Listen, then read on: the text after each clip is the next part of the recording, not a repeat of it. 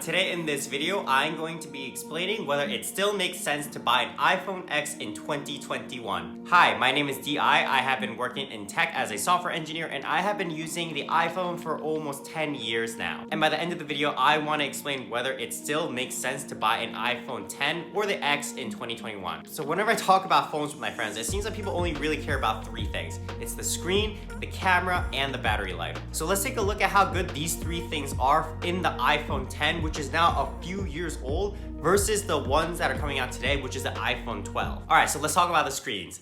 They are really similar. So the X has a 5.8-inch screen and the new iPhone 12 has a 6.1-inch screen. That quarter-inch difference in the hands makes no difference. They're also made of the same material. They're both OLED panels. What the OLED panel does is that blacks are completely black because it means the pixels in that area are off, versus an LCD panel, there is an even backlight, so the blacks are still lit up by that backlight that has to be there. Luckily, the iPhone X was the first iPhone that used OLED technologies as the same technology on the 12. So in terms of the screen, you're not really having a tangible improvement. Yes, it's gonna be a quarter-inch bigger, but same technology, almost identical pixels per square inch density. So for the everyday person, you're not gonna know. All right, then how good are the cameras on the X? The iPhone X has two cameras, one normal one and then a telephoto, versus the iPhone 12, it's got three. It's got the normal one, the telephoto, and the wide angle. So the only one you're missing out on is the wide angle. So if you are really into landscape photography, you might feel the pains of not having that wide angle. But we've come all this way without wide angle cameras, so it's not like you're gonna feel like you're missing out on a lot. Another way to prove how good the camera is that I have been recording this entire review on my iPhone X. The camera takes great pictures and amazing videos. In our day and age, most people consume media on their phones. Whether it's Instagram or YouTube or TikTok, most people are consuming it on their phones. You're not gonna be able to tell the difference between an iPhone X versus an iPhone 12. Most people have a hard time telling the difference between an iPhone and a DSLR photo. Now, the 12 does have better software for taking night photos, so if you're really into that, then maybe you should upgrade. But if you're not, I've been taking photos and videos on my iPhone X, and I've been pretty impressed with the low light quality even as it is. Now, let's talk battery life. The iPhone 12 does have better battery life for a couple of reasons. First, they got rid of 3D touch. That's a feature that you probably didn't know ever existed, but 3D touch was removed and that makes more space for a battery. On top of that, the iPhone 12 does have a slightly larger battery, and the latest chip is much more efficient.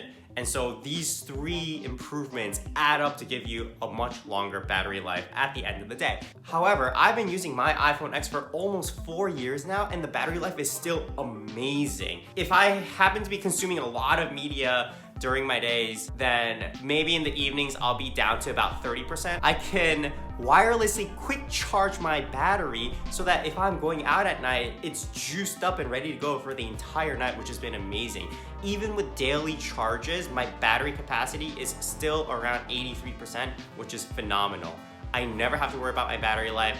And with the Apple ecosystem of everyone having the Lightning connector, if I'm ever at a friend's house, they're gonna usually have an iPhone charger that I could borrow. Even my friends who don't own iPhones have iPhone chargers because so many of their friends request it. I never have to worry about my battery life on even my older iPhone X. So, if you are in the market for a new iPhone and you have the budget for it, the iPhone 12 is amazing. It has the slightly new redesigned edges so they're nice and flat. But if you are on a tighter budget, the iPhone X was years ahead of its time. I still love using my phone and I don't see any need for me to upgrade unless Apple did something really cool with their next iteration of the iPhone. Hey, it's Future DI here from editing. I forgot to mention one really important thing, and it's the fact that if you go on Apple's website, you can't actually buy the iPhone X anymore. But don't fear, because if you go to some resources like Craigslist, eBay, or my favorite, swappa.com,